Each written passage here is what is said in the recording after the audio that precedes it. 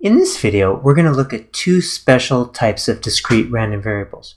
The first one is called a Bernoulli random variable. The second one is called a binomial random variable. We know that there is a 50% chance that a newborn baby can be either a boy or a girl. Suppose in a certain hospital, there are approximately 10 babies born per day. So each baby can either be a boy or a girl, only one of two possibilities.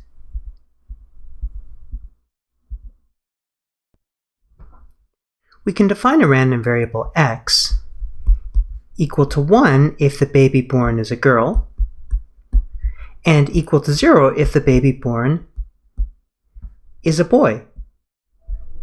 Then, since 50% of babies born are girls, the probability that x is equal to 1 is equal to 0.5, and the probability that x is equal to 0 is also equal to 0.5 since 50% of babies born are boys. This random variable x is called a Bernoulli random variable.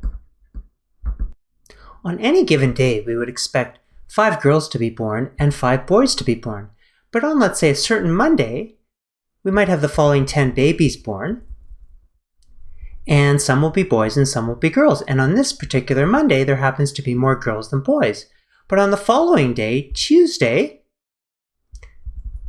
these 10 babies are born, and we happen to get more boys than girls. In this case, even though the probability of being either a boy or a girl is 50%.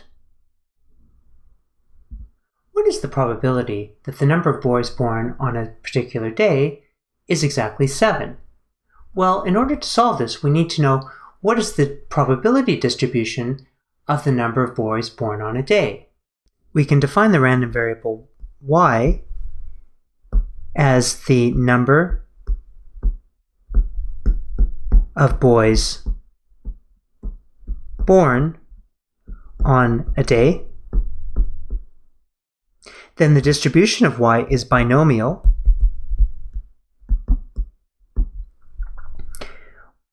with parameters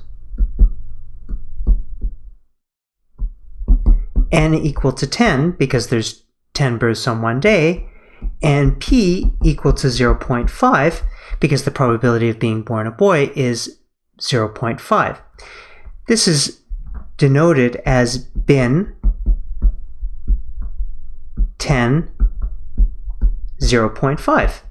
To indicate that y has a binomial distribution, we might also write y tilde bin 10 0.5. The following plot shows the probability mass function for the binomial distribution with parameter n equal to 10 and p equal to 0.5. So in this case, the number of boys born is on the x-axis, and the probabilities of each of those events is on the y-axis. So we're interested in the probability that y is equal to 7. Well, how can we figure this out from this graph? Well, we go over here to x equal to 7, so 7 boys. And then we read off the probability from the y-axis over here. And that probability is equal to about 0.12. A random variable y has a binomial distribution if there is a fixed number n of independent and identical trials. In our hospital example that we've been discussing, there were 10 births per day, so n is equal to 10. Each trial can result in two possibilities, sometimes called success or failure. That is, each trial is a Bernoulli trial. In the hospital birth example, the two possibilities are boy or girl. The probability p of success is constant from trial to trial. This means that the probability of a baby being a boy on birth 1 is 0.5, and the probability of a baby being a boy on birth 2 is also 0.5. In other words, the probability of being a boy does not change from birth to birth.